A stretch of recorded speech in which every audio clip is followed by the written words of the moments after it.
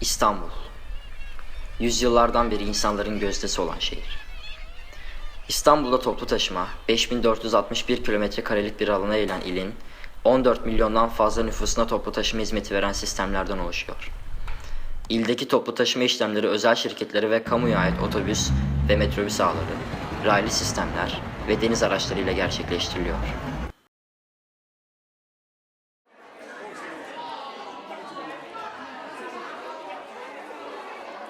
Bir kere İstanbul'da olduğu gibi Beşiktaş genelinde de büyük bir trafik sorunumuz var her şeyden önce.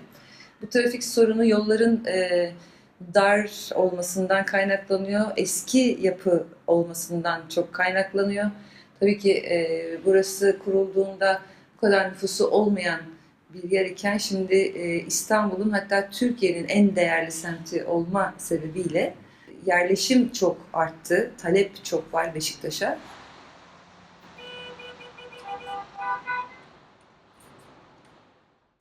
İstanbul'da ilk toplu taşıma örneği olarak deniz ulaşımında 1830 yılında kayıtları görmeye başladık.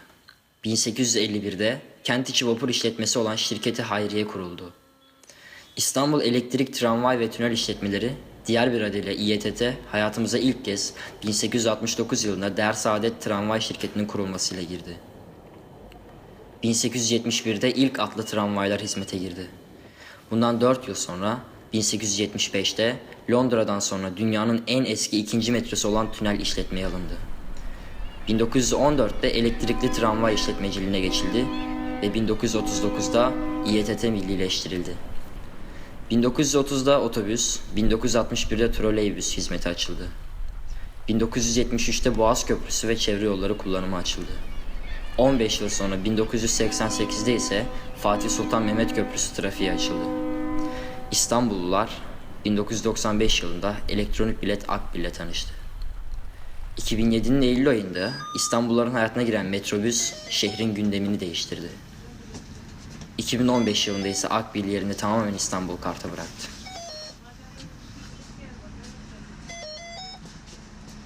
Beşiktaş'a metro geliyor. Kabataş, Beşiktaş, Mecidiyeköy yani olağanüstü bir şey. Ve bu yani Beşiktaş'tan sonra devam edecek bir proje, ilerleyecek. Dolayısıyla bu tabii bizlere çok yardımcı olacak.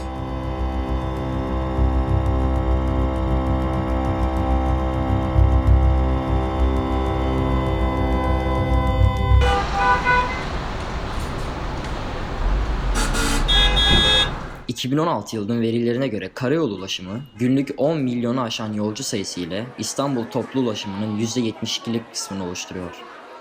Raylı sistemler 2 milyonu aşan günlük yolcu sayısıyla %17'lik pay edinmekte. Deniz yolu ise 500 bini aşan günlük yolcu sayısı ile İstanbul toplu ulaşımının kalan %4'lük kısmını oluşturmaktadır.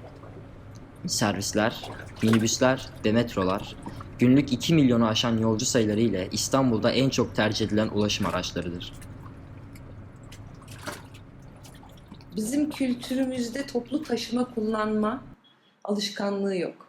Aslında siz gençler lütfen yani buna yönelin. Şimdi herkesin arabası var, herkes arabada yani 10 dakikalık mesafeye bile arabayla gitmeye çalışıyor. Bütün kaosu bunlar yaratıyor. Şimdi toplu taşıma kullanıldığı zaman bir kere trafik sorunu büyük ölçüde ortadan kalkar. Artı bizler mesela benim annem Küçükyalı'da oturuyor. Ben arabamla çıktığım zaman 2 saatte orada oluyorum. Metrobüsle gittiğim zaman 15 dakikada. Trafikte araçlara baktığımızda birçoğunda yalnızca sürücülerin olduğunu görürüz. Bu durum kent içi yollarda trafik tıkanıklığı, hava kirliliği, gürültü ve kaza olasılığında artış gibi olumsuzluklara neden olur. Bu nedenle zorunlu olmadıkça özel araç kullanılmamalı, bunun yerine toplu taşıma araçları tercih edilmelidir.